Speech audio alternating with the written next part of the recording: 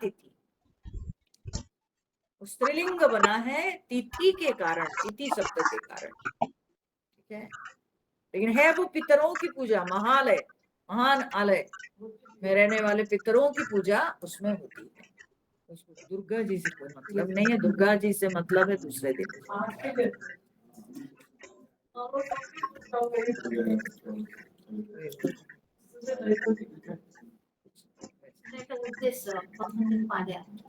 नहीं, प्रतिपदा से दुर्गा जी की पूजा, वो पितरों की पूजा, उसमें महालय में पितरों की पूजा। चलिए कोई बात नहीं, हम लोग वो सब बहुत पढ़ लिए, अब हम लोग अपने विषय में आ जाते हैं। हाँ जी, तो कल हम लोगों ने देखा, मैं थोड़ा प्रार्थना कर लूं।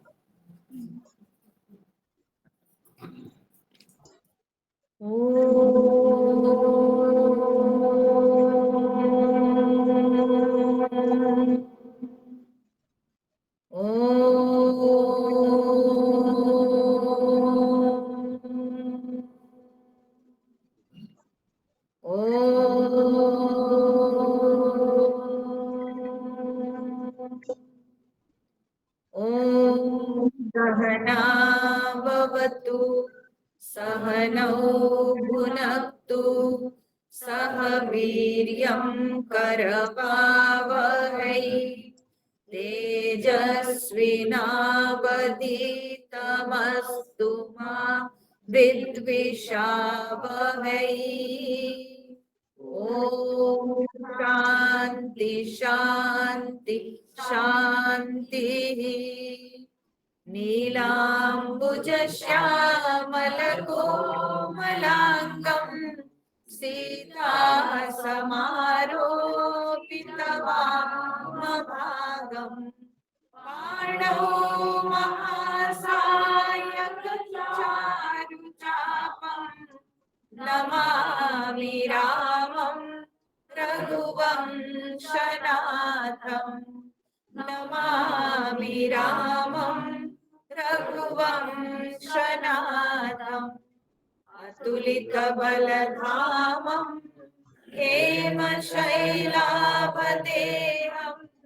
तनुजवनकृशानुं ज्ञानिनामग्रगण्यं सकलगुणनिधानं वानराणामधीशं रघुपतिप्रियभक्तं वातजातं नमामि। रघुपतिप्रियभक्तं वातजातं नमामि। तो हम लोग अब तक देख रहे थे कि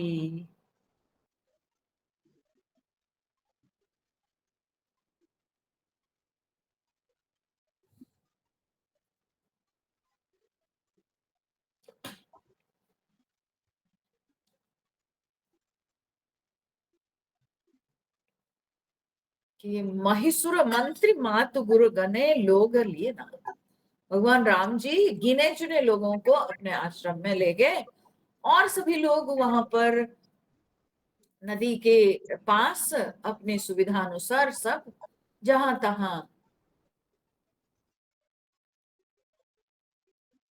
अब उसके बाद जब जाकर के आश्रम में पहुंचते हैं ये सब लोग, कौन कौन ना, गुरु वशिष्ठ जी पहुंचते हैं, ब्राह्मण लोग पहुंचते हैं, वशिष्ठ जी की पत्नी अरुंधति जी, और फिर साथ साथ माताएं सब पहुंचती हैं। तो इन सबको जब सीता जी वहां पर है आश्रम में, अब सीता जी जब इन सबको देखती हैं तो कैसे सीता जी बर्ताव करती है उसका वर्णन गोस्वामी तुलसीदास जी अब कर रहे हैं। सियाई मुनि बर पगलागी उचित असीस लगी मन मागी गुरपति ने मुनि प्रियन समेता मिली प्रेम कही जाई न जेता बंदी बंदी पगसिय सबही के आसिर बचन लगे प्रिय जी के सासु सकल जब सिय निहारी, मुद्दे नयन सहमी सुकुमारी, परी बदिक बस मनहु मराली, काह की न कर तार कुचाली, तिन सिय निरखि निपट दुख पावा, सो सबु सही अजु दयु सहावा, जनक सुता तब उर धरि धीरा, नील नलिन लोयन भरी नीरा, मिली सकल सा सुन सिय जाई, तेहि अवसर करुणा महि छाई, लागी लागी पग सबनि सिया, भेटति अति अनुराग, हृदय असीस ही प्रेम बसा, रहियहु भरी सोहाग। सिय आई मुनि बर पग लागी, आकर मुनिश्रेष्ठ वशिष्ठ जी के पैर पड़ी, अर्थात प्रणाम की, वंदना की। उचित असीस लही मन मागी, और फिर उनको अपने मनोवांछित आशीष मिल गई। ठीक है, जब गुरु वशिष्ठ जी को प्रणाम की सीता जी, तो तब उनको अपने मनोवांछित आशीष प्राप्त हो गई। गुरुपति नहीं मुनि तियन समेता, मिली प्रेम कही जाय न जेता। फिर मुनियों के स्त्रियों सहित अरुंधति जी, गुरुपत्नी जो है, बोले अरुंधति जी से भी सीता जी मिली। ठीक है, वशिष्ठ जी के साथ उनकी पत्नी अरुंधति जी गई हुई थी, तो इसलिए सीता जी अन्य सारे ब्राह्मण पत्नियों के साथ साथ वे अरुंधति जी से भी मिली। प्रेम कही जाय न जेता, और जितना प्रेम था ना, वो वर्णन नहीं किया जा सकता है। इतना प्रेम उनका, मतलब उनके मन में था कि उसका कोई वर्णन नहीं हो सकता था। बंदी बंदी पग सिय सब ही के, और सीता जी एक एक करके सबके चरण वंदना करके, जितने सब बड़े बुजुर्ग ब्राह्मण मुनि लोग सब वहां पर उपस्थित थे, तो सबके चरण वंदना करके आशीर्वचन लहे प्रिय जी के, और उन्होंने जो है जो उनके हृदय को प्रिय जो आशीर्वाद है वो उन्होंने प्राप्त कर लिया। ठीक है, सासु सकल जब सिय निहारी, और सीता जी जब अपने सास सबको देखी, मुदे नयन सह में सुकुमारी, सुकुमारी सीता जी सहम गई, और सहम कर वो आंख बंद कर ली। ठीक है, अपने सासुओं को देख करके सीता जी सहम गई और आंखें बंद कर ली, क्योंकि वे सब के सब इतनी दुबली पतली हो गई थी, इतने जो है दुख में, विरह के मतलब पीड़ा से वे सब के सब ऐसी हो गई थी कि सीता जी से देखा नहीं गया। सीता जी जो है सहम गई, आंखें बंद कर ली।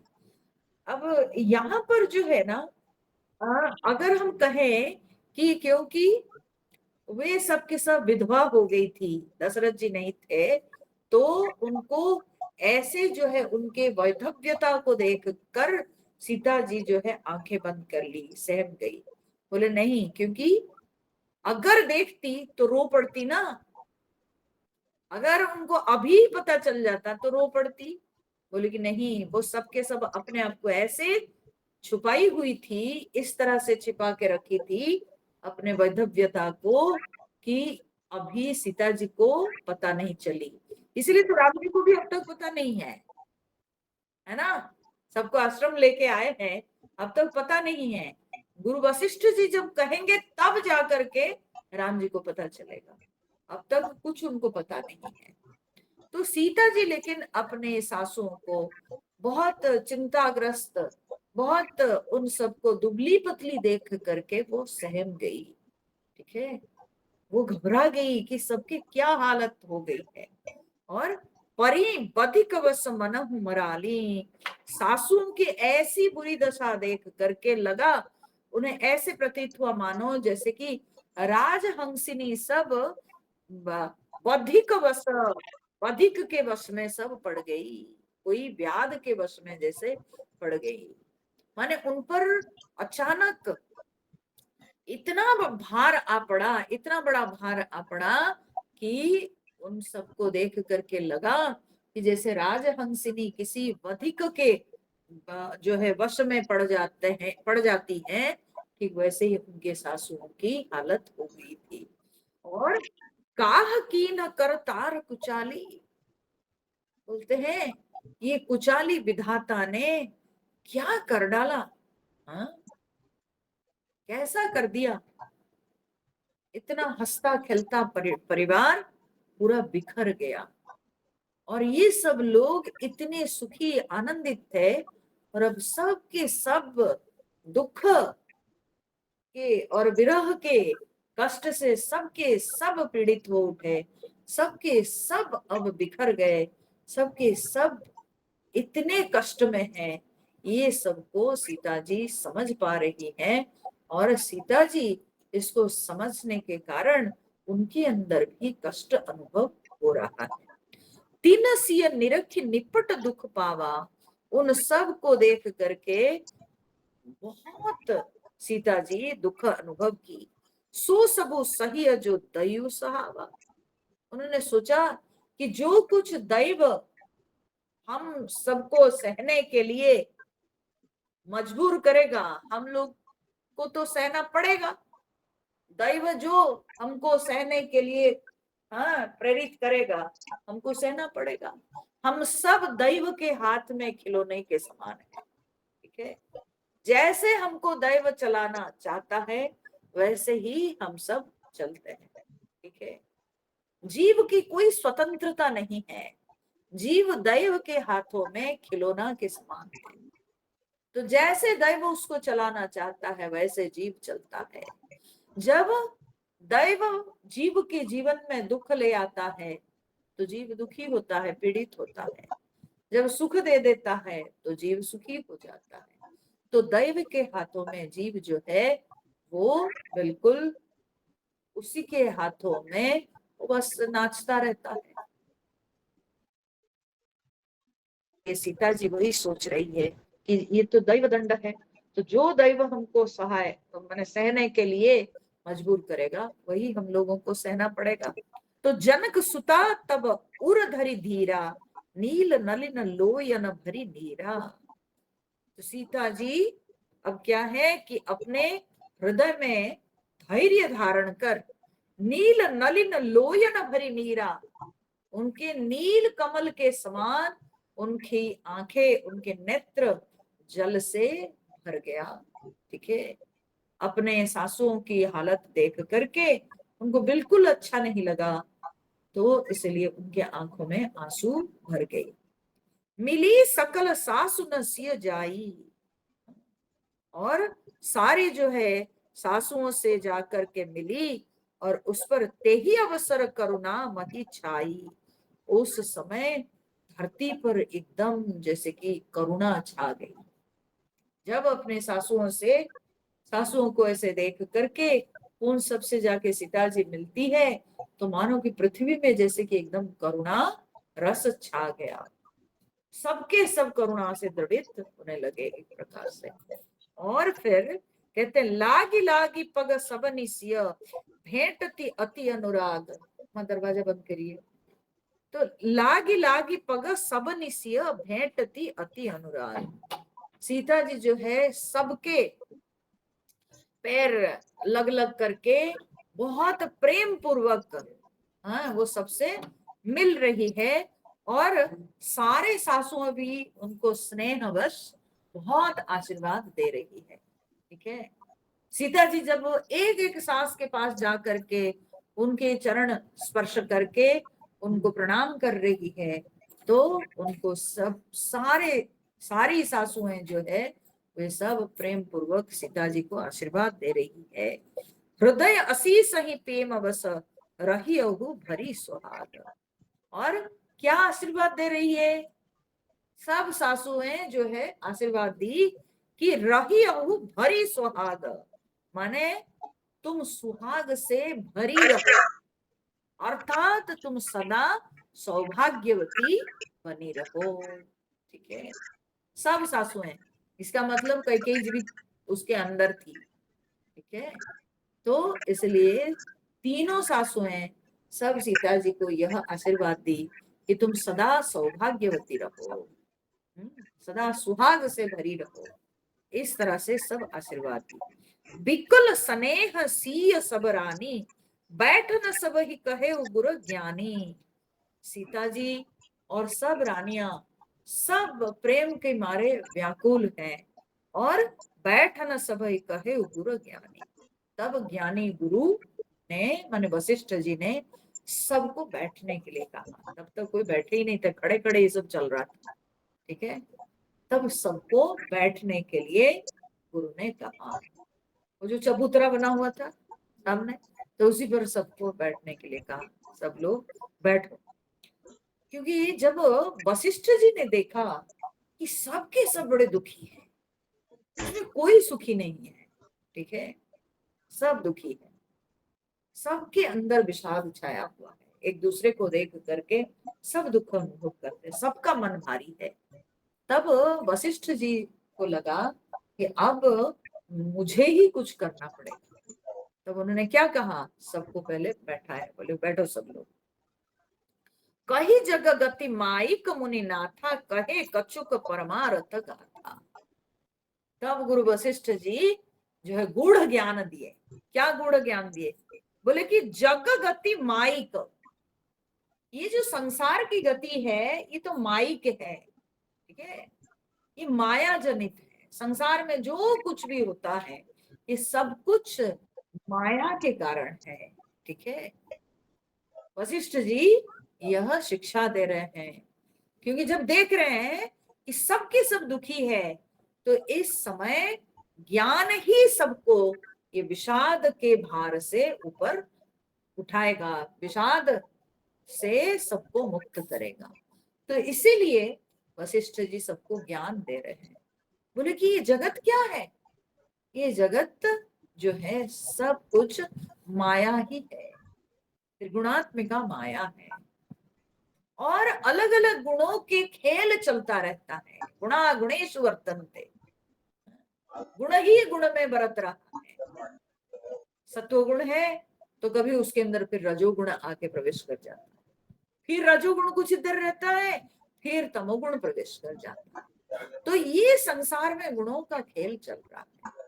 ठीक है, कोई टिकाऊ नहीं है, सब कुछ दृश्यमान होते हैं, भासमान है, लेकिन दूसरे मुहूर्त दूसरे पल कोई नहीं। ठीक है, जो अभी दृश्यमान है वो दूसरे पल नहीं रहता है। तो ये सब माया का खेल है, ये सब के सब माया जनित है। तो ऐसे करके उन्होंने समझाया कि जितने ये जो संबंध सब है, सखा, भाई, परिवार, मित्र, ये जितने हैं ये सब के सब केवल माया ही है, केवल माया है, कोई टिकते नहीं, सब के सब क्षणिक है। बुद्धदेव ने कहा कि सर्वम क्षणिकम क्षणिकम। ठीक है, सब कुछ क्षणिक ही है जगत में, कोई संबंध टिकाऊ नहीं, कोई व्यक्ति हमारे जीवन में टिकते नहीं। जो हमारे अपने लगते हैं कल वे हमारे हमसे दूर हो जाते हैं, कल वो हमसे बहुत दूर चले जाते हैं।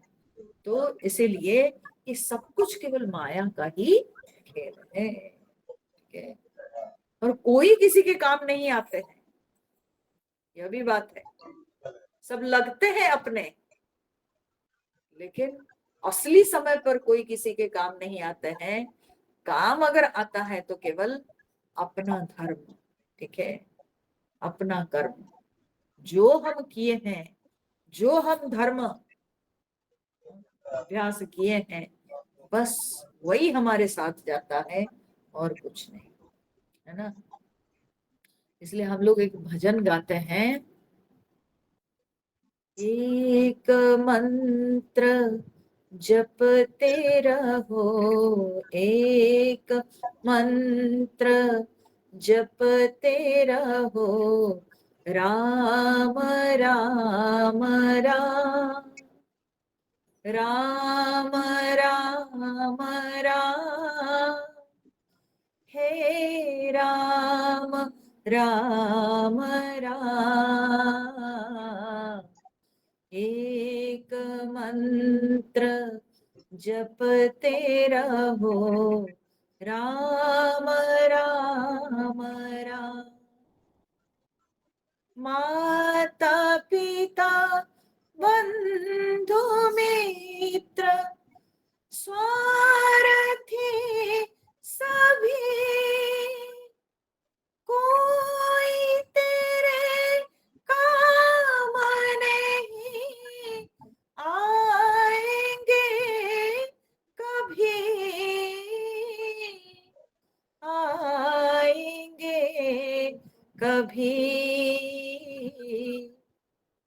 बस हरि का चरणों में, बस उन्हीं के चरणों में तुम बनो गुलाम, राम राम राम, हे राम राम राम, एक मंत्र जपते रहो, एक मंत्र जपते रहो, राम राम राम, राम राम राम, हे राम राम राम, एक मंत्र जपते रहो, राम राम राम। माता पिता बंधु मित्र स्वार्थी सभी, कोई तेरे काम नहीं आएंगे कभी, सबके सब अपने अपने स्वार्थ में रहते हैं, कोई अपने काम में नहीं आते हैं, जिसको जब जाना है तब चल देते हैं, और अपने साथ अगर कोई है वो केवल केवल अपना धर्म और कुछ नहीं। ये संसार इसलिए माया है, झूठा है, ये संसार में कुछ भी सच नहीं। तो सच केवल एक परमात्मा है, एक हरि ही सच है, इसलिए वही हरि के चरणों में तुम बनो गुलाम, इसलिए उन्हीं के दास बनो। काय के लिए परिवार का दास बनते हो, काय के लिए पत्नी का दास, पति का दास, मित्र का दास, इसका दास उसका दास, वो बन के कुछ नहीं मिलने वाला है। हरि के दास बनोगे तो अपना उद्धार होगा, अपना कल्याण होगा। तो इसलिए यहाँ पर गुरु वशिष्ठ जी वही ज्ञान दिए इस समय पर, क्योंकि एकमात्र ज्ञान ही व्यक्ति को शोक से ऊपर उठा सकता है, दुख से उठा सकता है, और कोई चीज की क्षमता नहीं। जब अत्यधिक दुख से व्यक्ति भाराक्रांत हो जाता है, केवल ज्ञान ही काम में आता है, केवल जो है गुरुजनों का, महात्माओं का दिया हुआ उपदेश ही काम में आता है, और कुछ नहीं उस समय साथ देता है।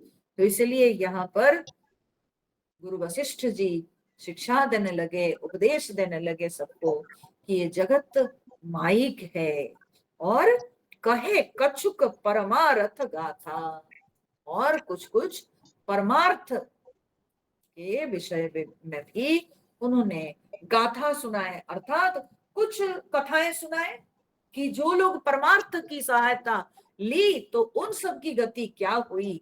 ऐसे जो है उन्होंने परमार्थ की भी बातें कुछ कहे, क्योंकि जब माया के विषय में वर्णन तो उसमें अपने आप ही परमार्थ क्या है वो समझ में आ जाता है।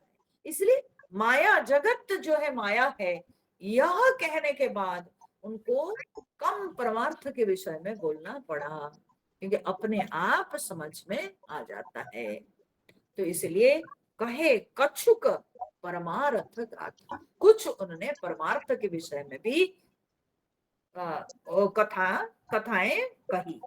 नृपकर सुरपुर गवन सुनावा, ये कह करके सबको तैयार जब कर दिए, राम जी को, लक्ष्मण जी को, सीता जी को पूरी तरह से जब तैयार कर दिए वशिष्ठ जी उपदेश दे करके, तब जाके खोलते हैं ये रहस्य। बोलते हैं कि नृपकर सुरपुर गवन सुनावा, दशरथ जी का सुरपुर स्वर्ग लोक में गमन हुआ है, ये बात उन्होंने अब सुना है। अब तक राम जी को नहीं बोले थे, क्योंकि देखिए यही होता है गुरु का कार्य।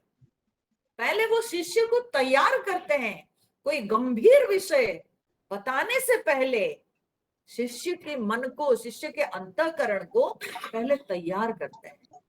तो वही वशिष्ठ जी ने किया यहाँ पर।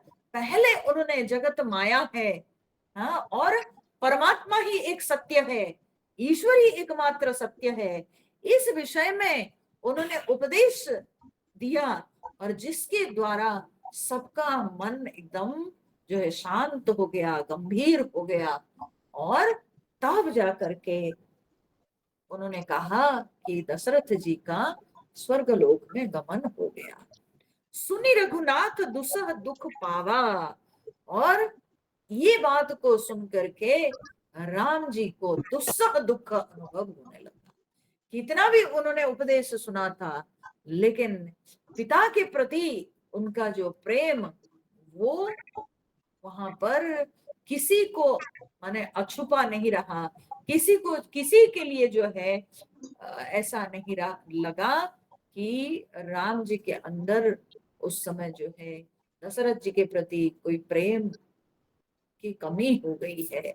नहीं, बल्कि उनके अंदर का प्रेम उभर के आ गया, इतने वे रोने लगे, दुस्सह दुख उनको अनुभव होने लगा। मैं जब इसको पढ़ रही थी ना, मेरे को ऐसे ही लग रहा था, पूरा फील हो रहा था जैसे कि मेरे सामने राम जी एकदम एक युवा, हाँ, एकदम युवा, और उनको सुनने को मिल रहा है, जब वन में है सुनने को मिल रहा है कि पिता तुम्हारे नहीं रहे, स्वर्गलोक में दशरथ जी पधारे हैं, तो कितना फपक फपक कर रो रहे होंगे। ठीक है, कितने जो है वे अपने हृदय की उनकी वेदना क्या हुई होगी, कि वे किस तरह से उस समय उनका दिल फटा होगा कि मैं देख नहीं पाया अपने पिताजी के अंतिम काल में, मैं उनका दर्शन नहीं कर पाया, और वे उनका स्वर्गलोक हो गया। तो इसको माने कैसे, कितना कष्ट उनको हुआ होगा कि वे रो रहे हैं। मरण हेतु तो निज नेहु विचारी, और निज हेतु उनको लगा कि मेरे कारण ही उनकी मृत्यु हुई, यह विचार करके भे अति विकल धीर धुर धारी, जो धैर्य की धुरी धारण करते हैं जो राम जी, अब उनका धैर्य का बांध टूट गया, वे जो है अति दुखित होकर के रोने लगे, बहुत व्याकुल होकर के रोने लगे, असहाय से होकर के रोने लगे कि अब उस पिता का दर्शन हम नहीं कर सकते हैं, अब मेरे पिता रहे ही नहीं, पिता कहने के लिए संसार में कोई अब रहे नहीं। ठीक है, तो इसलिए राम जी उस समय माने उनके सारे धैर्य टूट गया, जो कि अब तक इतने धैर्य दिखाते आए थे। जब वे अयोध्यापुरी से निकले थे, लोग रो रहे थे, लेकिन उन्होंने सबको समझा करके अयोध्यापुरी को छोड़कर आए हुए थे। अब तक उन्होंने धैर्य दिखाया था, लेकिन जब वशिष्ठ जी ने उनसे कहा कि तुम्हारे पिता रहे नहीं, तब उनका धैर्य टूट गया। जिस पिता के सत्य पालन करने आए थे, जिस पिता को समझा करके आए थे कि मैं लौटूंगा, मैं लौट आऊंगा 14 वर्ष वनवास पूरा करके मैं लौट आऊंगा और आप मुझसे मिलेंगे, आप चिंता मत कीजिए, आप दुखी मत हुइए। अब वे पिता रहे नहीं इस संसार में, उनके लिए इससे बड़ी हानि और क्या हो सकती है, इससे बड़ी दुख की बात राम जी के लिए और क्या हो सकती है। तो इसलिए राम जी बहुत ही विकल होकर के रोने लगे। पुलिस कठोर सुनत कटु बानी, यह वाणी उनके लिए बहुत कटु थी। और ये जो अति कटु वाणी, ये उनके लिए लगा वज्र के समान कठोर। वशिष्ठ जी के वशिष्ठ जी की ये कटु वाणी उनको वज्र के समान कठोर लगने लगी। बिलपत लखन सीय सब रानी, और वहां पर लक्ष्मण जी भी बहुत विलाप करने लगे, वे भी चीख चीख करके रोने लगे। और वो इन सब के रोना देख करके, और सीता जी भी रोने लगी, इन सब के रोना देख करके सब रानियां भी फिर बहुत रोने लगी।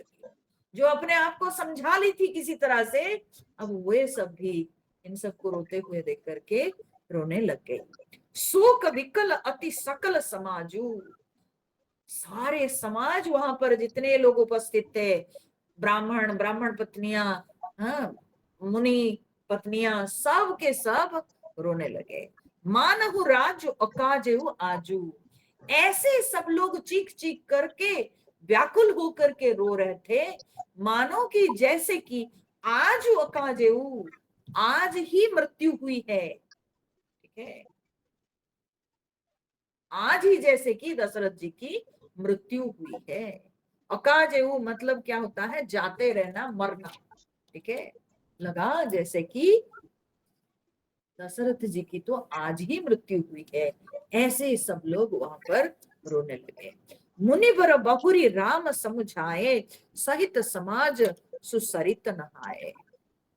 अब उसके बाद मुनि श्रेष्ठ वशिष्ठ जी ने राम जी को बहुत समझाए, तो तब राम जी ने पूरे समाज के साथ सुसरित नहाए, वहां जाकर के मंदाकिनी नदी में स्नान किए। और व्रतु निरंब, देखो ये एक बात है, चाहे कितनी भी देर क्यों ना हो जाए, जब भी आपके कोई प्रियजन की मृत्यु का खबर मिलता है, जब भी, तो उस समय आपके कोई प्रियजन या परिवार के कोई, आपके गोत्र के कोई, चाहे देर से ही सही, कितने दिनों के बाद ही सही, जब भी खबर मिलती है तो उसी समय ही स्नान कर लेना चाहिए।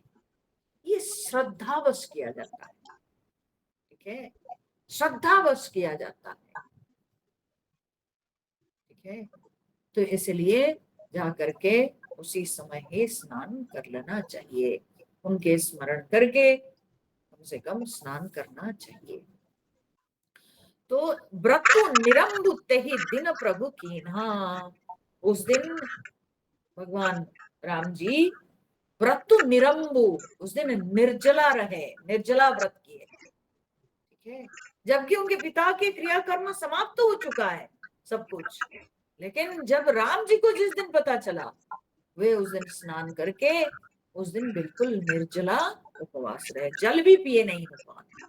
तो मुनि कहे जलु काहु न लीना, वशिष्ठ जी ने कहा सबको, लेकिन कोई भी जल ग्रहण नहीं किए। क्यों नहीं किए? क्योंकि जब उन सबने देखा कि अपने प्रभु जल ग्रहण नहीं कर रहे हैं, अपने प्रभु जब निर्जला व्रत रखे हैं, तो हम लोग कैसे खा लेंगे? तो इसलिए पूरा समाज उस दिन निर्जला रहे। तो यद्यपि वशिष्ठ जी ने सबको कहा कि ठीक है, वो तो पुत्र है, वो तो ज्येष्ठ पुत्र है, वो तो पालन कर रहा है, लेकिन आप लोग ग्रहण कर लो, लेकिन कोई ग्रहण नहीं किए, सबके सब निर्जला व्रत रखे। राम जी जब ग्रहण नहीं किए तो कोई भी ग्रहण नहीं किए, खाद्य या जल कुछ भी नहीं ग्रहण किए। ठीक है, और दूसरी इसका अर्थ यह भी होता है, मुनि कहे, वशिष्ठ जी ने कहा, इसी से कोई भी जल ग्रहण नहीं किया। ठीक है, वशिष्ठ जी ने कहा, इसी से कोई भी जल ग्रहण नहीं किए, अर्थात वशिष्ठ जी ने सबको समझाए कि जब आप लोग अपने प्रभु राम को मानते हो, आप जब राम जी की सेवा में आए हुए हो, आप जब राम जी के दर्शन के लिए आए हो, जब वे राम जी जल ग्रहण नहीं कर रहे हैं तो आप लोग भी ग्रहण मत करो, आप लोग भी व्रत रखो। दोनों अर्थ संभव, ठीक है। तो इस प्रकार से सबके सब निर्जला रहे। भोर भय रघुनंदन ही जो मुनि आय सुदीन। उस दिन तो निर्जला रह गए, उसके बाद भोर होते ही भगवान जी उठे और जो मुनि आय सुदीन, वशिष्ठ जी ने जो आज्ञा दी उसी के अनुसार श्रद्धा भगति समेत प्रभु सो सबु सादरु की।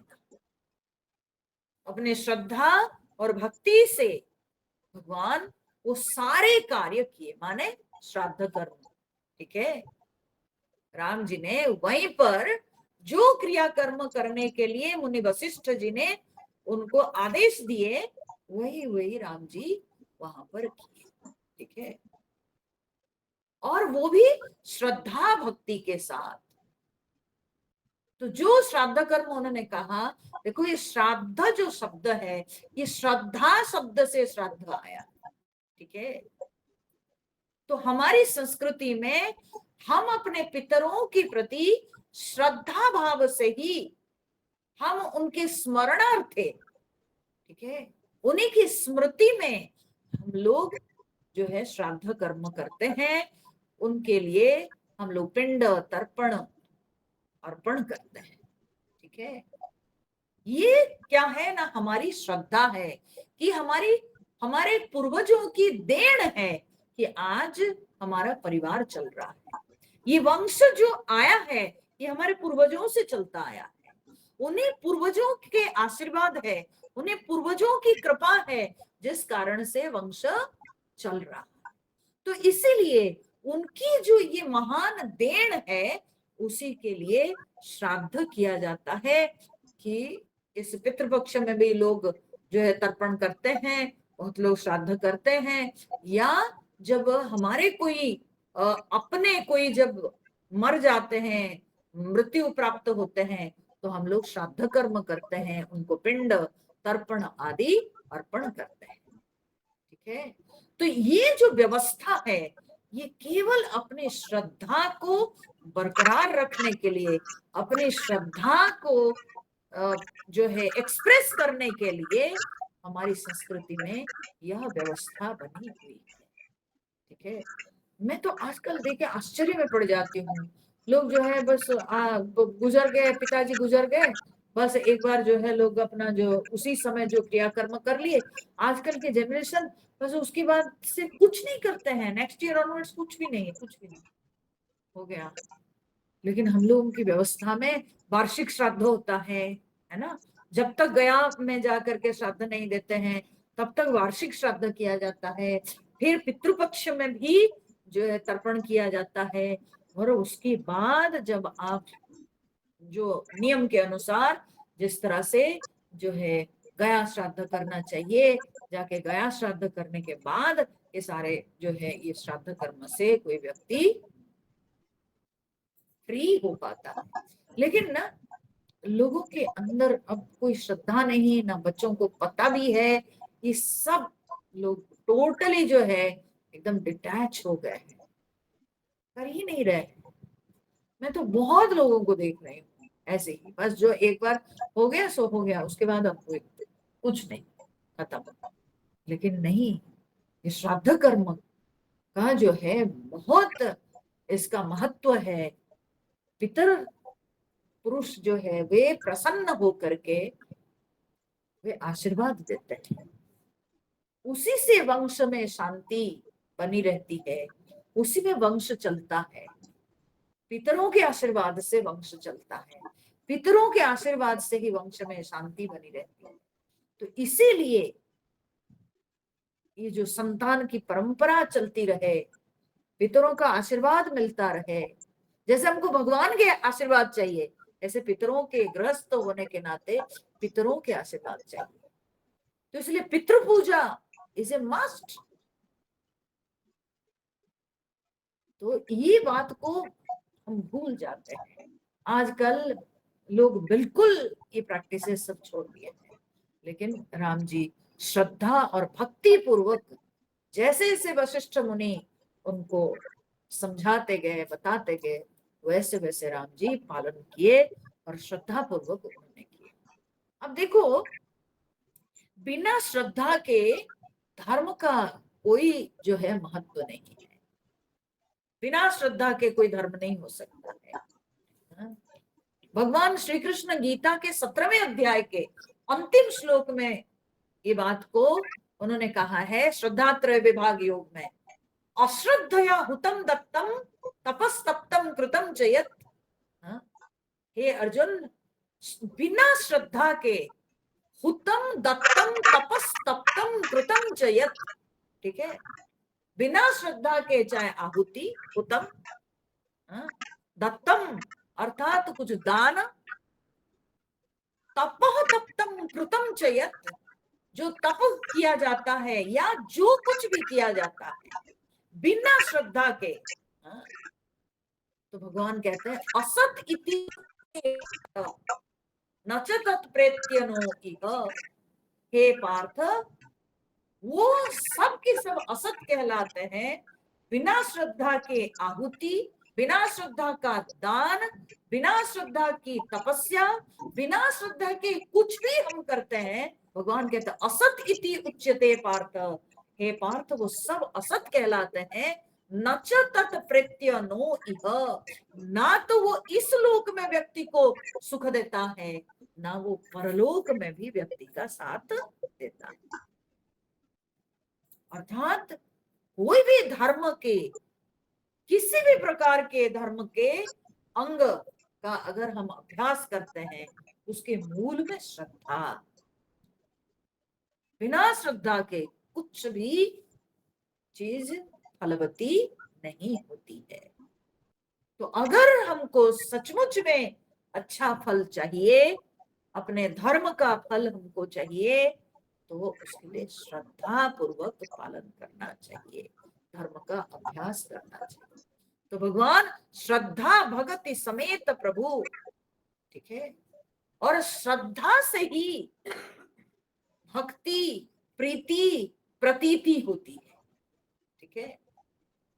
बिना श्रद्धा के ना भक्ति होती है, ना प्रीति होती, ना प्रेम होता है, और ना प्रतीति माने विश्वास, ठीक है।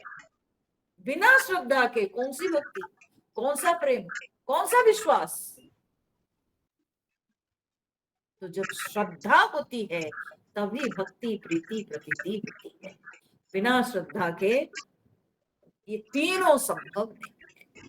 इसलिए भगवान श्रद्धा के साथ ही, श्रद्धा भक्ति के साथ उन्होंने अपने पिता की क्रिया संपन्न किए, और सो सबु सादर कीन, बड़े आदर पूर्वक उन्होंने वो सब किया। अच्छा, क्या भगवान को ये सब करने की जरूरत थी? भगवान कोई साधारण मनुष्य थोड़ी है, वे तो परमात्मा है, ठीक है। उनका कोई संबंध नहीं है किसी से, ठीक है, वे कोई संबंध में नहीं है, उनका कोई संबंध नहीं है, ना कोई पिता ना कोई माता। लेकिन फिर भी जब भगवान ये मानवीय लीला कर रहे हैं, तो लोक संग्रह के लिए, जगत को यह आदर्श, जगत के सामने आदर्श प्रस्तुत करने के लिए, जगत को रास्ता दिखाने के लिए भगवान ये सारे कर्म किए। नहीं तो भगवान का क्या संबंध है किससे? वे तो परमात्मा है, वे तो संबंध रहित है, उनका कोई संबंध नहीं है। लेकिन फिर भी लोक संग्रह के लिए उन्होंने किया, ठीक है। भगवान गीता के 3रे अध्याय में ये बात को कहते हैं, यदि ह्यहम न वर्तेयम जातु कर्मण्य तंद्रितः उत्सिदेयुरिमे लोकाः न कुर्याम कर्म चेदहम, ठीक है। हे अर्जुन, अगर मैं अतंद्रित होकर, माने अपनी तंद्रा, आलस्य, प्रमाद को त्याग करके, कर्मठ हो करके अगर मैं नहीं कर्म करूंगा, तो फिर ये संसार एक क्षण में समाप्त हो जाए। ठीक है। और मेरे करने के कारण ही लोग प्रेरित होते हैं, लोगों के सामने दृष्टांत बनता है, और तभी संसार में सब लोग मेरे मार्ग को अनुसरण करते हैं। मम वर्तमान वर्तन्ते मनुष्या पार्थ सर्वशः। हे अर्जुन, मम वर्तमान अनुवर्तन्ते, सब मेरे मार्ग को अनुसरण करते हैं। तो जो मैं करूंगा वही दुनिया करेगी, वही संसार में सब लोग करेंगे। अगर मैं नहीं करूंगा तो कोई नहीं करेंगे। तो इसलिए संसार को रास्ता दिखाने के लिए मैं करता हूं, नहीं तो भगवान को ये सब क्रिया कर्म करने की कोई जरूरत नहीं थी। उनके लिए उनका कोई संबंध नहीं, वे सारे संबंधों से ऊपर है। लेकिन भगवान यह करके दृष्टांत प्रस्तुत किए, तो तभी सब कुछ उन्होंने सादर पूर्वक अनुष्ठान किया। करी पितु क्रिया वेद जसी वरनी, भे पुनीत पातक तम तरनी। पिताजी की क्रिया को जैसे वेद में वर्णन किया गया है, ठीक है, जिस तरह से वेदों में श्राद्ध कर्म के बारे में वर्णन है, वैसे ही वे श्राद्ध कर्म किए। और भे पुनीत, उससे भगवान न पवित्र हो गए। हे भगवान, हाँ, क्या आप अपवित्र थे कि आप पवित्र हो गए? भगवान तो सर्वदा पवित्र है। ठीक है। भगवान कब अपवित्र थे कि उनको पवित्र होना पड़ता है? ये तो केवल दृष्टांत प्रस्तुत करने के लिए। हे पुनीत पातक तम तरनी, इसलिए गोस्वामी तुलसीदास जी यह दृष्टांत दे रहे हैं। बोलते जैसे पातक तम, पाप रूपी तमस को नाश करने के लिए तरनी, तरनी मतलब सूर्य, ठीक है, तरनी मतलब सूर्य। तो बोले कि जिस तरह से पाप रूपी अंधकार को दूर करने के लिए सूर्य होते हैं, क्या सूर्य भगवान में कभी अंधकार था पहले? बोले नहीं, सूर्य में कभी अंधकार नहीं। सूर्य तो केवल प्रकाशमय पिंड है। ठीक है। सूर्य के रूप दिखाई पड़ने से जो संसार में अंधकार है वो दूर हो जाता है। ठीक है। सूर्य में अंधकार कभी था नहीं, सूर्य हमेशा प्रकाशमय है।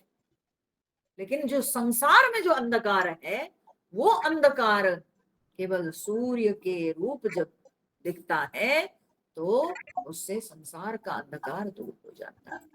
ठीक है। वैसे भगवान का रूप, भगवान के रूप वैसे ही है। वो पातक माने जो है पाप का जो तमस है, जो अंधकार है, उसके लिए भगवान का रूप भी वैसे ही है। उसके दर्शन मात्र से सब पाप, सब अशुद्धि, सब के सब दूर हो जाते हैं। ये भगवान के रूप की महिमा है। भगवान के रूप में कोई पाप नहीं है या कोई अशुद्धि नहीं, लेकिन भगवान के रूप दर्शन से जगत में जो सबके अंदर अशुद्धि है, अपवित्रता है, वो दूर हो जाती है। और वे भगवान अब क्रिया कर्म करके, गोस्वामी जी कह रहे हैं कि वे पवित्र हुए, मतलब वे लोगों को दिखाए जैसे कि मैं श्राद्ध कर्म करके पवित्र हो गया। ठीक है। उनको कोई जरूरत नहीं। और दूसरा दृष्टांत गोस्वामी जी दिए, बोले जासु नाम पावक अगतूला, सुमिरत सकल सुमंगल मूला। बोले जिनके नाम पावक अगतूला, ठीक है, जिनके नाम पावक माने अग्नि के समान है, अघतूला पाप रूपी रूई, तूला मतलब रूई। ठीक है। तो बोले कि पाप रूपी रुई को जलाने के लिए जिनका नाम पवित्र अग्नि के समान है।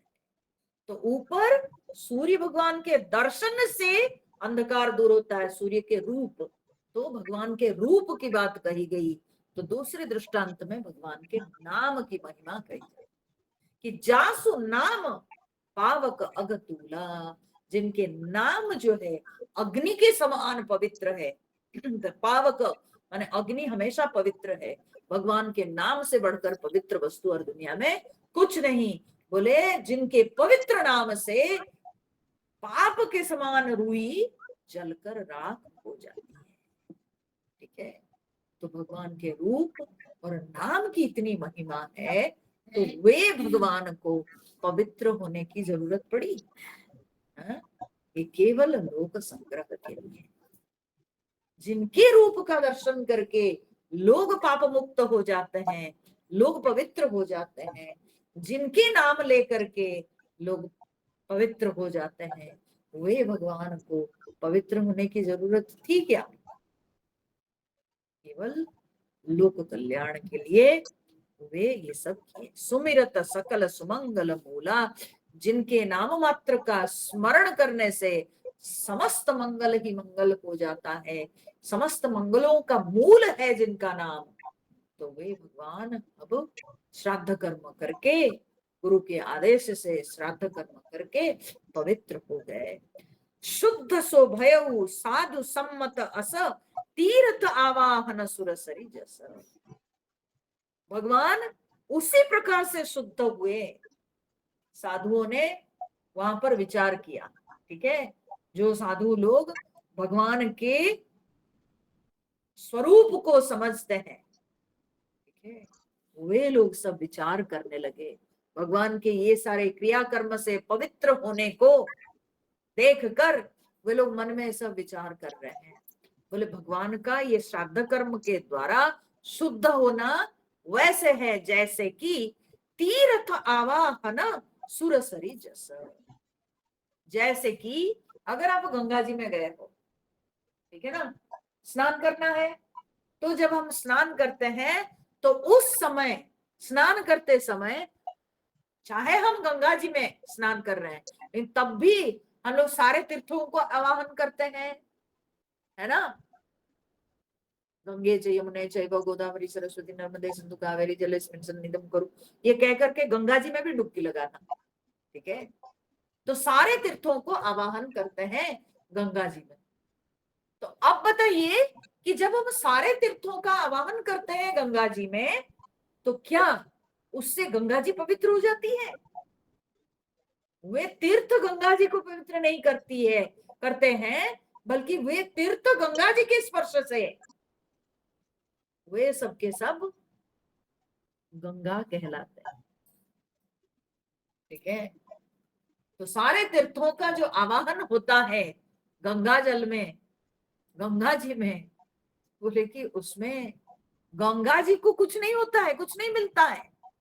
वे गंगा जी को पवित्र नहीं करते हैं, बल्कि उन तीर्थों को गंगा जी का भाव मिल जाता है, गंगा जी का नाम मिल जाता है, वे सब आकर के गंगा जी में मिलकर पवित्र हो जाते हैं। तो बोले ठीक जैसे गंगा जी में सब तीर्थ मिल जाते हैं तो सब पवित्र होते हैं, उसी प्रकार से राम जी ये सब क्रिया कर्म करके जब अपने आप को शुद्ध किए, असलियत में भगवान शुद्ध नहीं हुए, वे क्रिया कर्म सब शुद्ध हो गए, ठीक है। वे सारे जो वेद मंत्र, वे सब वेद क्रियाएं, वे सब पवित्र हो गई जब भगवान राम जी अनुष्ठान किए, समझे। तो राम जी को वे पवित्र नहीं किए, तो वही मुनि लोग सब विचार करने लगे। शुद्ध भये दुई बासर बीते, बोले गुरु सन राम प्रीते। अब शुद्ध हुए 2 दिन जब बीत गए, उसके बाद राम जी 2 दिन बीत जाने के बाद राम जी गुरु के पास जाकर के बड़ी प्रीति पूर्वक उन्होंने गुरु जी से कहा। क्या कहा राम जी ने? कहा नाथ लोग सब निपट दुखारी, कंद मूल फल अंबु अपारी। हे नाथ, यहाँ पर सब लोग अत्यंत दुखी हो रहे हैं। क्यों दुखी हो रहे हैं? क्योंकि कंद मूल फल अंबु आहारी, रहने की बड़ी मतलब अच्छी सुविधा नहीं है, और सबको ये कंद मूल फल जल पीकर रहना पड़ता है, यहाँ कोई विशेष खाने पीने को तो है नहीं। तो इतने लोग सारे समाज आए हुए हैं, अयोध्या पुरवासी सब आए हुए हैं, सबके सब बड़े कष्ट में रह रहे हैं। तो सानुज भरत सचिव सब माता, देखी मोहि पल जिमि जुग जाता। तो बोलते हैं भाई शत्रुघ्न सहित भरत को, सारे सचिव को, मंत्रियों को, माताओं को, सबको देखकर मुझे तो एक एक दिन, एक एक पल युग के समान मेरा बीत रहा। सबके दुख, सबके कष्ट को देखकर मेरे तो जैसे एकदम एक एक युग के समान एक एक पल बीत रहे हैं कि मेरे चलते सबको कितना कष्ट हो रहा है, सब यहाँ वन में रह करके कितने कष्ट उठा रहे हैं। तो इसलिए मेरे को तो एक युग के समान लगता है। सब समेत पुर धार्य पाऊ, आप यहाँ अमरावती राव। अब आप इन सब के साथ अयोध्यापुरी में लौट जाइए, अयोध्यापुरी में पांव धरिए, मतलब आप अयोध्यापुरी लौट जाइए, क्योंकि आप यहाँ अमरावती राव। अमरावतीपुर मतलब इंद्रलोक, स्वर्गलोक। स्वर्गलोक में मेरे पिता दशरथ जी, आप इधर, तो राज्य कौन संभालेगा? भरत भी इधर, सब लोग इधर, तो इसलिए अब राज्य भी वहां पर खाली पड़ा है, तो इसीलिए आपको अभी लौट जाना चाहिए। बहुत कहे उस सब क्यों ढिठाई, अब मैं बहुत बोल दिया, ये मेरी जो है धृष्टता हो गई, तो उचित हो तस करिए गोसाई। हे गोसाई, जो उचित हो वही आप कीजिए। अब मैं इतना बोल दिया, मैं बहुत बोल दिया, ये मेरी धृष्टता है, तो अब आप वही कीजिए जो आपको सही लगता है। ठीक है, मतलब राम जी अब बोल दिए, 2 दिन हो गया, तो आप चलिए अब। आए थे, आप मिल लिए, अब जाइए, ये वन में आप लोग रह करके और मत कष्ट उठाइए, अब सब चलिए। राम जी बोलना चालू कर दिए। ठीक है, तो धर्म सेतु करुणा यतन, कसन कहु अस राम, लोग दुखित दिन दुई दरस, देख लहऊ विश्राम। तब वशिष्ठ जी ने कहा कि हे राम, तुम धर्म के सेतु हो और तुम बड़े करुणा के निधान हो, तो कसन कहो अस राम, ऐसी बात तुम कैसे नहीं कहोगे? तुम्हारे अंदर इतनी करुणा है, तुम लोगों की तकलीफ देख करके तुम समझ पाते हो, तुमको दुख अनुभव हो रहा है, इसलिए तुम कैसे इसे नहीं कहोगे? तुम्हारा हृदय बड़ा उदार है, इसलिए तुम कहते हो। लेकिन लोग दुखित दिन दुई दरस, देखी लहऊ विश्राम। तो बोलते हैं कि लोग दुखी हैं, 2 दिन तुम्हारे दर्शन करें, अर्थात थोड़े दिन उनको रहने दो, उनको दर्शन करने दो। ठीक है, लोग 2 दिन तुम्हारे दर्शन करें। तो वशिष्ठ जी ने ये कहा, राम वचन सुनी सभय समाज। तो राम जी के वचन सुन करके पूरे समाज भयभीत हो गया था कि अभी अभी तो आए हैं 2 दिन पहले, हमको जाने को कह रहे हैं। लेकिन जन जल निधि महु विकल जहाज, मानो कि बीच समुद्र में जहाज के समान उनको मुनि वशिष्ठ जी की बातें लगी। ठीक है, गुरु वशिष्ठ जी ने जो ये कहा कि राम, तुम तो बड़े जो है करुणा यतन हो, तुम लोगों के कष्ट को समझते हो, लेकिन लोगों को 2 दिन रह करके तुम्हारा दर्शन करने दो। ठीक है, तो ये बात लोग सुन करके उनको बहुत तसल्ली हो गई कि चलो गुरु जी हमारे साथ में हैं। तो सुनि गुरु गिरा सुमंगल मूला, भयो मनहु। सब लोगों को लगने लगा गुरु जी के इतने सुंदर मंगल के मूल, इतने सुंदर वाणी को सुनकर लोगों को लगा जैसे कि समुद्र में जो जहाज है, बोले वो जहाज को अनुकूल हवा मिल गई। ठीक है, अनुकूल हवा मिल गई। जहाज को जब अनुकूल हवा मिलती है तो नाविक को कष्ट नहीं होता है उस जहाज को चलाने। ठीक है, तो लगा कि जैसे कि हवा अनुकूल हो गई। तो पावन पयति हूँ काल नहाही, जो बिलो की अग ओग न साही। अब सब लोग पवित्र पयस्विनी नदी में, मंदाकिनी नदी में सब लोग जो है स्नान करते रहे, सब स्नान किए। तीनों काल माने 3 काल में वे लोग स्नान किए, माने त्रिसंध्या सब करते थे वहां पर रह करके, मंदाकिनी में स्नान करके, पवित्र नदी मंदाकिनी में 3 काल में स्नान करके अपने धर्म पालन करते।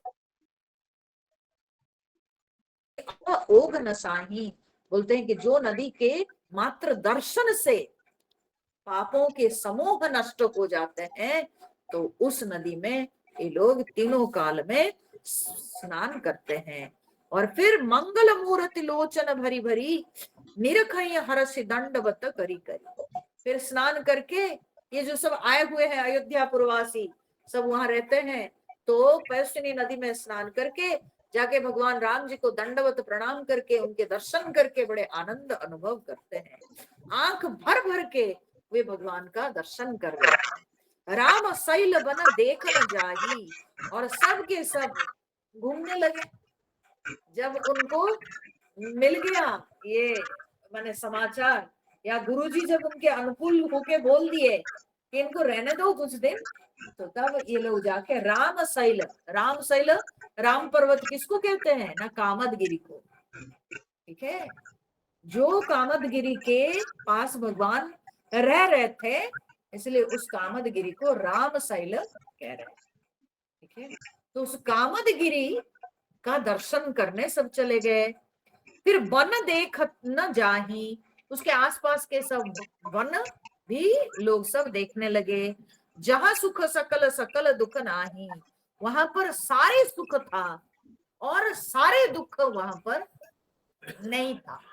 ठीक है, समस्त सुख विद्यमान था और समस्त दुख वहां पर जो है दूर था। ठीक है, सुख ही सुख था उस वन में। झरना झरही सुधा समबारी, बोलते हैं झरना जो है वो सुधा समबारी, अमृत के समान जल बहा रही थी। और फिर त्रिविध तापहर त्रिविध बयारी, 3 प्रकार की वायु वो त्रिविध ताप को हरने वाली होकर बह रही थी। ठीक है, 3 प्रकार की वायु, शीतल, मंद और सुगंध। ठीक है, ऐसी जो है वायु वो 3 प्रकार के ताप को दूर करने वाली थी।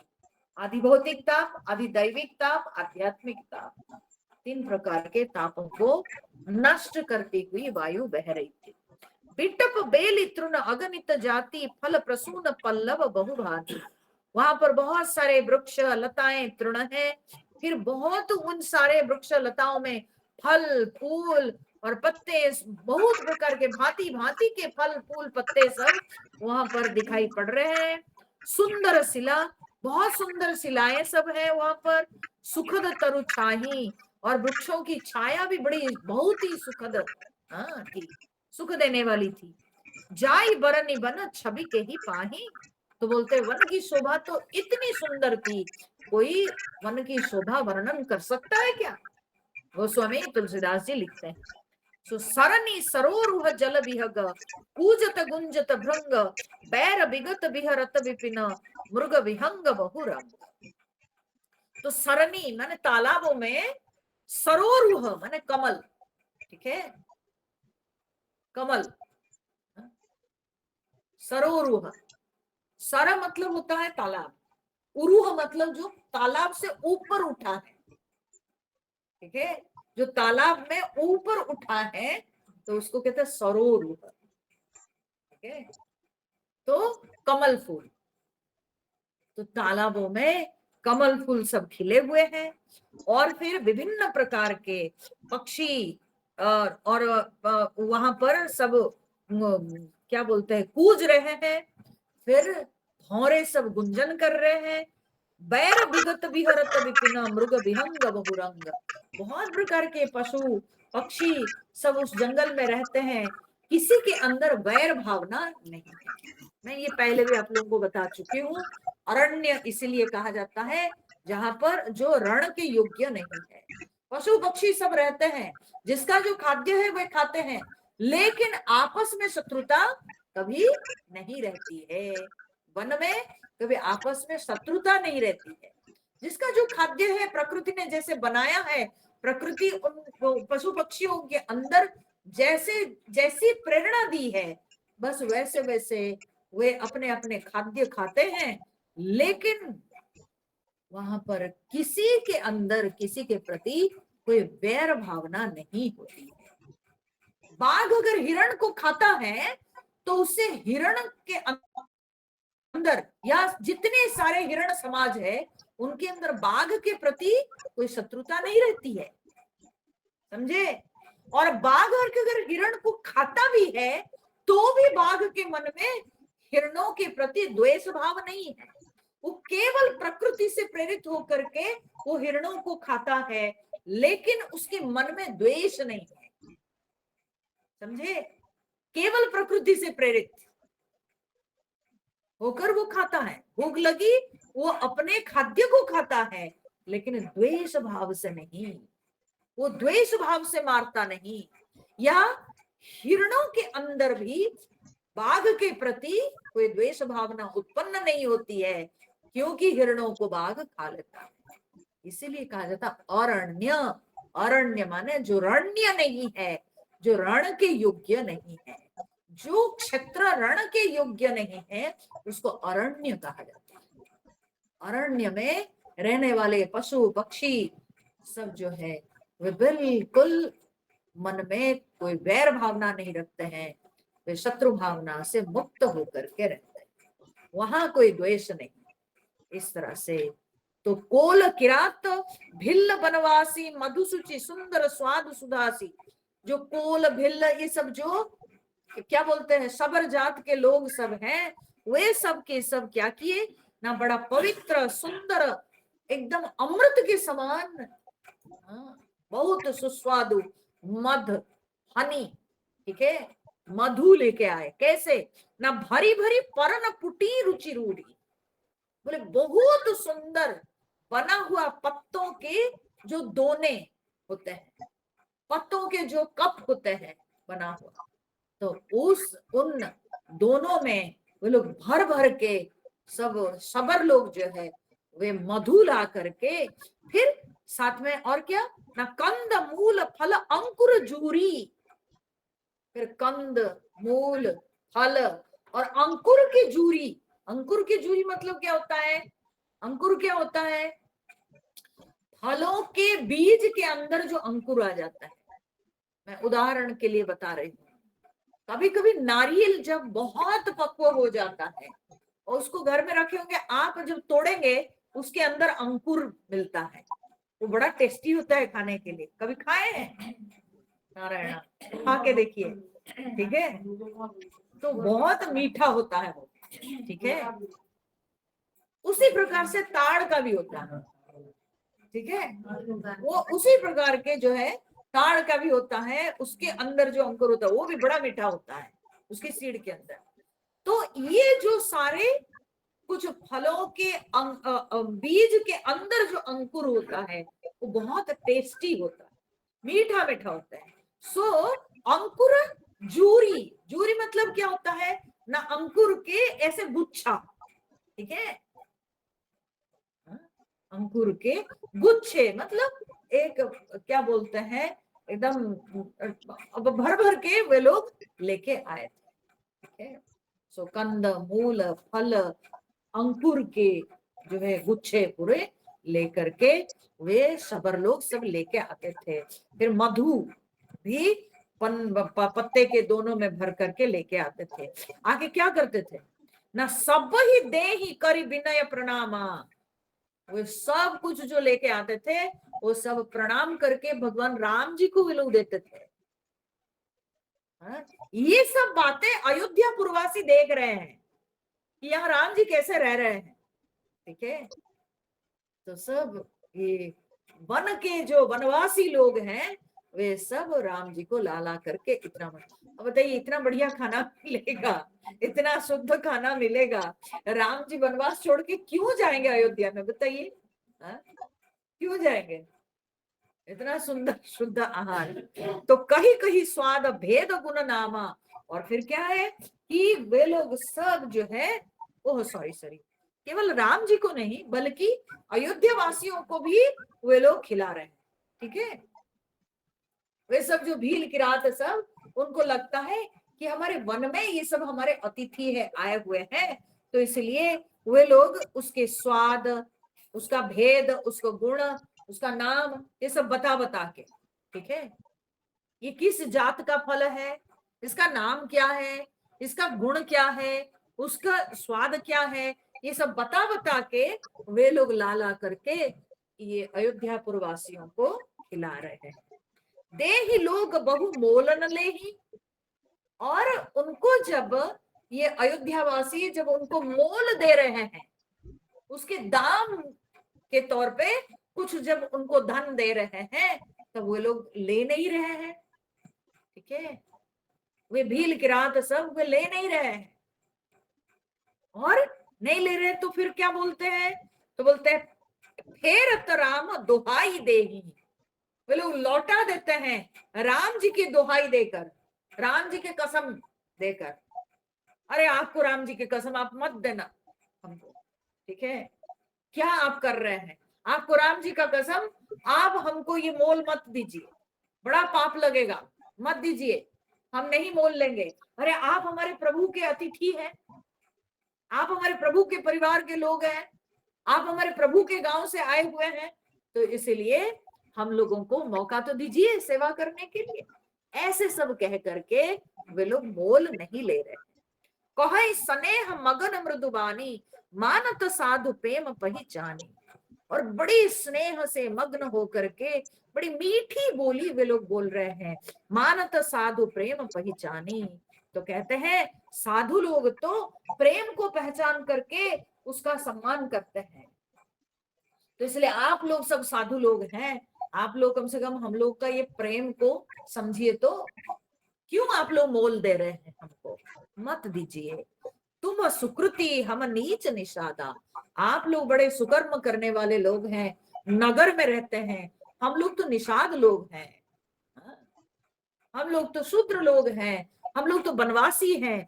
पावा दर्शन राम प्रसादा, ये तो राम जी के प्रसाद, राम जी के कारण ही हम लोगों को आपका दर्शन मिला। हम ही अगम अति दरस तुम्हारा, हम लोगों के लिए आपका दर्शन तो एकदम अगम था, कैसे हम लोग दर्शन कर सकते थे, ये तो संभव ही नहीं था। जस मरुधरणी देव धुनि धारा, जिस तरह के की मरुभूमि में गंगा जी, मरुभूमि में कहाँ गंगा जी बहेगी, ठीक है, रेगिस्तान में कहाँ गंगा जी मिलेगी, ठीक उसी तरह से ये वन में हम लोगों को कहाँ आप मिलते, ये तो राम जी के कारण आप लोग हमसे मिले। तो राम कृपाल निषाद निवाजा, ये राम जी जो है कृपालु है, उन्होंने निषादों पर बहुत कृपा की है। तो परिजन प्रजौ चाहिए जस राजा, बोले कि जैसे राजा है वैसे ही उनका परिजन, उनका परिवार, ठीक है, तो और प्रजा को भी वैसे ही होना चाहिए ना, जैसे राजा है वैसा उनका परिवार, और प्रजाओं को भी वैसे होना चाहिए। तो इसलिए आप हम लोगों को मोल मत दीजिए, ये हम लोग का प्रेम समझ करके आप लोग हमारी भेंट को ग्रहण कर लीजिए। ऐसे वे लोग समझा बुझाकर जंगल के सारे द्रव्य, जंगल के सारे फल मूल ये सब ला ला करके दे रहे। यह जिय जाने संकोच तजी, करिय छोहु लखी नेहु, हम ही कृतार्थ करन लगी, फल तृण अंकुर लेहु। तो कहते हैं हृदय में ऐसा जानकर आप लोग बिल्कुल संकोच छोड़कर हमारा प्रेम को देखकर आप लोग हमारे ये सब चीज को ग्रहण कर लीजिए, उससे हम लोग कृतार्थ हो जाएंगे। हमको कृतार्थ करने के लिए आप हमारे ये फल मूल कंद अंकुर ये सबको आप लोग ग्रहण कर लीजिए, ठीक है। इस तरह से बड़े प्रेम भाव के साथ ये भील किरात ये सब आकर के अयोध्या पुरवासियों को जंगल के बहुत अच्छे अच्छे द्रव्यों को ला करके देने लगे। ऐसे जो है अयोध्या प्रवासियों के समय वहां पर बड़े आनंद से बीत रहा था। अब आगे क्या हुआ वो हम लोग काहे के लिए ऐसे देखेंगे दुख की बातें सब अभी, तो उसको जो है हम लोग फिर अगले सत्संग में देखेंगे। वो अगला सत्संग होगा कब ना, दशहरा के बाद, क्योंकि इस बीच तो फिर जो है सबके पूजा पाठ शुरू हो जाएगा तो नहीं हो पाएगा। तो दशहरा के बाद फिर मैं सबको इन्फॉर्म करूंगी, आप लोग मेरे मैसेज देखोगे और फिर तब फिर हमारा रामायण सत्संग होगा। ठीक है, तो तब तक हम लोग मिलेंगे। और फिर से मैं आपकी सूचना के लिए बता दे रही हूँ 3 तारीख से हम लोग पाठ चालू करेंगे। ठीक है, 3 तारीख से हम लोग पाठ चालू करेंगे और वो पाठ हम लोग कब करेंगे ना, 3 बजे से करेंगे। ठीक है ना, हम लोग 3 बजे से 4 बजे तक 1 घंटा का हम लोग पाठ करेंगे। 3 से 4 बजे तक हम लोग 1 घंटा पाठ करेंगे। 3 तारीख से चालू करेंगे और 9वीं तक हम लोग दुर्गा सप्तशती का नित्य प्रतिदिन 1 या 2 अध्याय का जो भी जिस दिन होगा वो पाठ करके और साथ साथ नित्य प्रतिदिन कवच, कीलक, अर्गला और कुछ स्तुति का उसके साथ पाठ करेंगे। लगभग 1-1.25 घंटा का कार्यक्रम रहेगा और ऑनलाइन चलेगा। अपने अपने घरों में आप रहोगे और मैं अपने घर में रह करके पाठ करूंगी, आप लोग ऑनलाइन जुड़ोगे, मेरे साथ आप लोग पाठ करोगे। ठीक है, तो ये कार्यक्रम स्पष्ट हो गया। अब हम लोग समाप्त करें आज के सत्संग को। नहीं, मैं लिंक दूंगी ना, मैं समाचार दे दी, उसके बाद मैं लिंक भेजूंगी, उसके लिए लिंक भेजूंगी। ठीक है, जय सीताराम। श्री राम जय राम जय जय राम, श्री राम जय राम जय जय राम, श्री राम जय राम जय जय राम, श्री राम जय राम जय जय राम, श्री राम जय राम जय जय राम, श्री राम जय राम जय जय राम, श्री राम जय राम जय जय राम, श्री राम जय राम जय जय राम, जय सीताराम जय हनुमान, बोलिए सियावर रामचंद्र भगवान की जय, पवन सुत हनुमान की जय, उमापति महादेव की जय, बोलो भाई सब संतन की जय। ओम पूर्णमद पूर्णमिदं पूर्णात् पूर्णमुदच्यते पूर्णस्य पूर्णमादाय पूर्णमेवावशिष्यते। ओम शांति शांति शांति। हरि ओम। नमः। हरि ओम।